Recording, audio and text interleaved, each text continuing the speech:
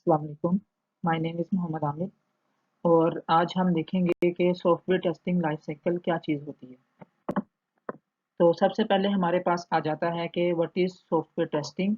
उसके बाद हम देखेंगे कि व्हाई टेस्टिंग इज़ इम्पोर्टेंट। उसके बाद हम देखेंगे हु डज़ टेस्टिंग, कि टेस्टिंग कौन करता है, और एट द एंड हम टोटल टेस्टिंग का हम साइकिल देखेंगे। तो सबसे पहले आता है इंट्रोडक्शन टू सॉफ्टवेयर टेस्टिंग, कि सॉफ्टवेयर टेस्टिंग क्या चीज़ होती है। Software testing is defined as an activity to check whether the actual results match the expected results and to ensure that the software system is defect free। मतलब ये कि software testing हम इसलिए करते हैं कि हमें पता चले कि जो हमारे रिजल्ट्स आए हैं तो वो हमारे एक्सपेक्टेड रिजल्ट से मैच करते हैं या नहीं। और दूसरा मकसद हमारा ये होता है कि हमने चेक करना है कि हमारा सॉफ्टवेयर बग से फ्री है, उसमें किसी किस्म के एरर्स, कोई डिफेक्ट तो नहीं है। उसके बाद आता है वाई टेस्टिंग इज इम्पोर्टेंट, कि टेस्टिंग क्यों अहम होती है।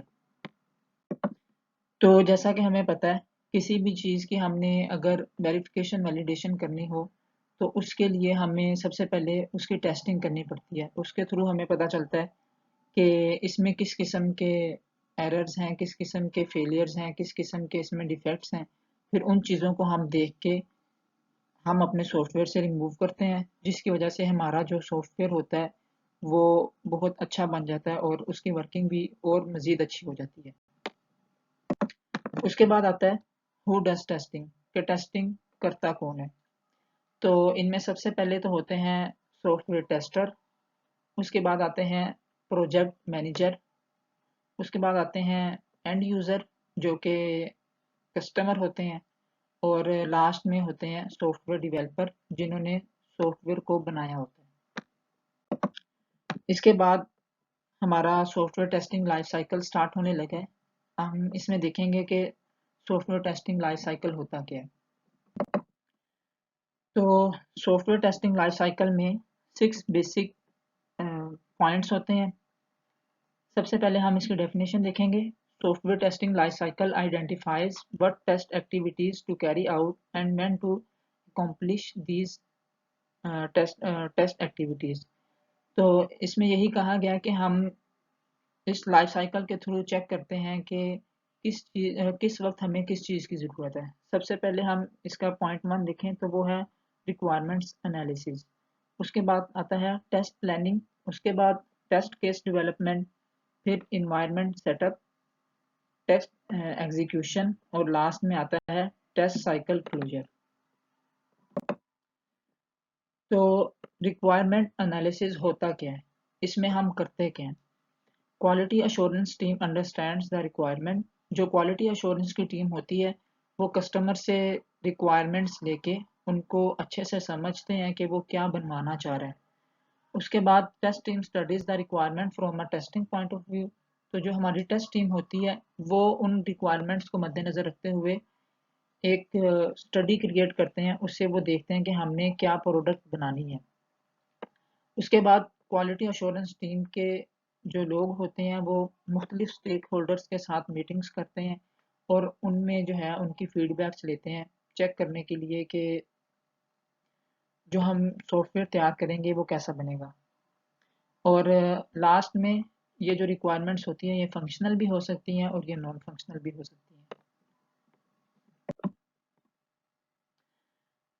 रिक्वायरमेंट एनालिसिस को कंटिन्यू करते हुए हम देख रहे हैं कि रिक्वायरमेंट्स की कौन कौन सी टाइप्स होती हैं। तो सबसे पहले इसमें आता है बिजनेस रिक्वायरमेंट्स, कि आप जो अपना प्रोजेक्ट या सॉफ्टवेयर बना रहे हैं उसकी बिजनेस में क्या रिक्वायरमेंट्स होंगी, वो किस तरीके से आपको बिजनेस में हेल्प कर सकता है।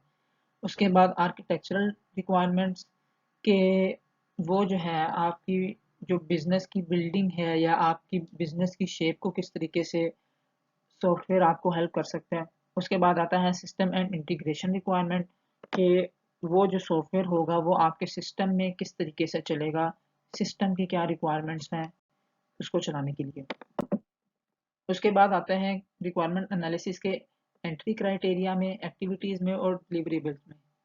तो एंट्री क्राइटेरिया में हमने देखना होता है कि हमारे पास क्या रिक्वायरमेंट्स हैं और हमने क्या चीज़ बनानी है। एक्टिविटीज़ में हमने ये देखना होता है कि हमने इसको बनाना किस तरीके से है। तो उसमें सबसे पहले हम मुख्तलिफ जो होते हैं क्वेश्चंस उठाते हैं, फिर उन क्वेश्चंस के ऊपर हम डिस्कस करते हैं मुख्तलिफ स्टेक होल्डर्स के साथ, अपने कस्टमर्स के साथ। तो उनको डिस्कस करने के बाद फिर हम एक फाइनल जो होता है प्रोडक्ट पे पहुंचते हैं कि ठीक है हमने ये प्रोडक्ट बनानी है। और डिलीवरेबल में यही होता है कि हमने फिर उसको प्रोडक्ट को उस फाइनल सॉफ्टवेयर को किस तरीके से आगे कस्टमर को पेश करना है।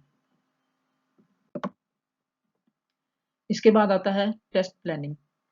तो टेस्ट प्लानिंग में क्या चीज़ होता है, ये किस तरीके से हमारी मदद करता है, तो हमने ये देखना है।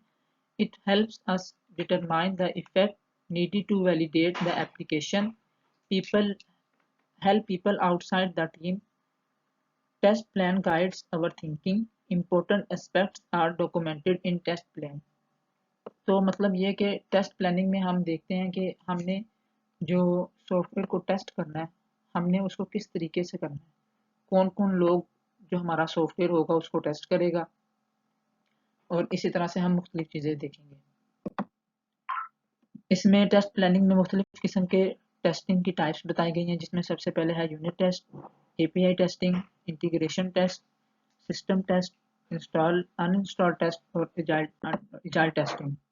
टेस्ट प्लानिंग में उसके स्टेप्स आ गए। Analyse the product, design test strategy, define test objective, define test criteria, resource planning, plan test environment, schedule and estimation, और लास्ट में आता है डिटरमाइन टेस्ट डिलीवरेबल्स।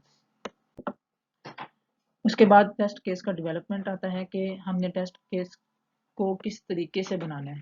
तो इसमें हम जो है अपना टेस्टिंग के तमाम स्ट्रेटजीज को मद्देनजर रखते हुए अपना एक टेस्ट केस तैयार करते हैं। उसके बाद टेस्ट केस डेवलपमेंट की मुख्तलिफ इम्पोर्टेंट पॉइंट्स हम देखेंगे, जिसमें सबसे पहले है test case needed to be simple. Test case को सिंपल होना चाहिए। हमने इसको क्रिएट करना है एंड यूज़र को मद्देनज़र रखते हुए। हमें जो है टेस्ट केस में बार बार रिपीटेशन नहीं करनी चाहिए। हमने खुद से कुछ नहीं सोचना, और इसके बाद सब कुछ करने के बाद हमने मुख्तलिफ लोगों से, मुख्तलिफ टीम मेंबर्स से रिव्यूज़ लेने हैं और चेक करना है कि हमारा जो डेवलपमेंट हुई है वो ठीक हुई है कि नहीं।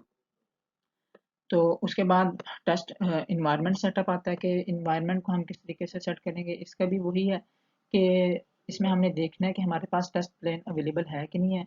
उसमें फिर हमने मुख्तलिफ टेस्टिंग की जो है अप्लाइज करनी है टेक्निक्स।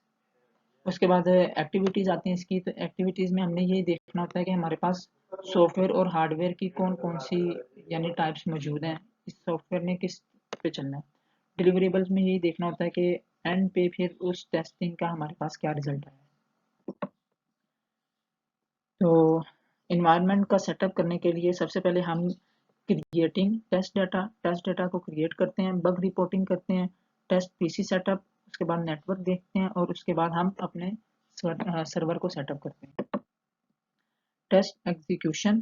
तो टेस्ट एग्जीक्यूशन में ये होता है कि हमारी टेस्ट टीम जो है टेस्टिंग की मुख्तलिफ किस्मों को हमारी प्रोडक्ट के ऊपर अप्लाई करते हैं, और अगर किसी किस्म का टेस्ट फेल हो जाए तो फिर हम उसमें रिपोर्ट करते हैं कि इसमें किस किस्म के एरर्स हैं, किस किस्म के डिफेक्ट्स हैं, और फिर हम जो है उस डिफेक्ट्स को, उन एरर्स को ख़त्म करने के लिए उन पे काम करते हैं। तो टेस्ट एग्जीक्यूशन में भी एक एंट्री क्राइटेरिया है कि हमारे पास एक टेस्ट प्लान होना चाहिए या टेस्ट स्ट्रेटेजी डॉक्यूमेंट होना चाहिए, मुख्तलिफ टेस्ट केसेस होने चाहिए, टेस्ट का डाटा होना चाहिए। एक्टिविटीज़ में आ जाती हैं कि हमने इसको टेस्ट केसेस को किस तरीके से एग्जीक्यूट करना है, किस तरीके से हमने अपनी जो एरर्स हैं उनको चेक करना है, और उसके बाद कि एट द एंड हमने जो है उसको किस तरीके से बेहतर बना के अपनी एक फीडबैक देनी है। और इसके बाद एंड पे आता है टेस्ट साइकिल क्लोजर, के सब कुछ करने के बाद हमने एक रिपोर्ट तैयार करनी होती है, जिसमें हमारे पास एक समरी रिपोर्ट होती है, उसमें हमारे पास आइडेंटिफायर्स होते हैं, टेस्ट की समरी होती है, उसके बाद मुख्तलिफ हमारे पास असेसमेंट होती हैं, समरी ऑफ रिजल्ट्स होते हैं, जो हमारे रिजल्ट्स आए हैं उनकी इवैल्यूएशन होती है। उसके बाद हमारी समरी ऑफ एक्टिविटीज़ होती हैं कि कौन कौन सी एक्टिविटीज़ हमने जो है की हैं, और उसके बाद एट द एंड आता है अप्रूवल कि हमारा जो प्रोडक्ट है वो अब मार्केट में लॉन्च करने के काबिल है या नहीं है, कस्टमर को देने के काबिल है या नहीं है। और ये टेस्ट क्लोजर के मुख्तलिफ स्टेजेस हैं, जिसमें सबसे पहले आता है check plan deliverables, close, incident reports, hand over to maintenance, finalise and archive environment, document system acceptance, analysis, best practices. तो इसी के साथ हमारी आज की स्लाइड ख़त्म होती है। उम्मीद है कि आप सबको समझ में आया होगा।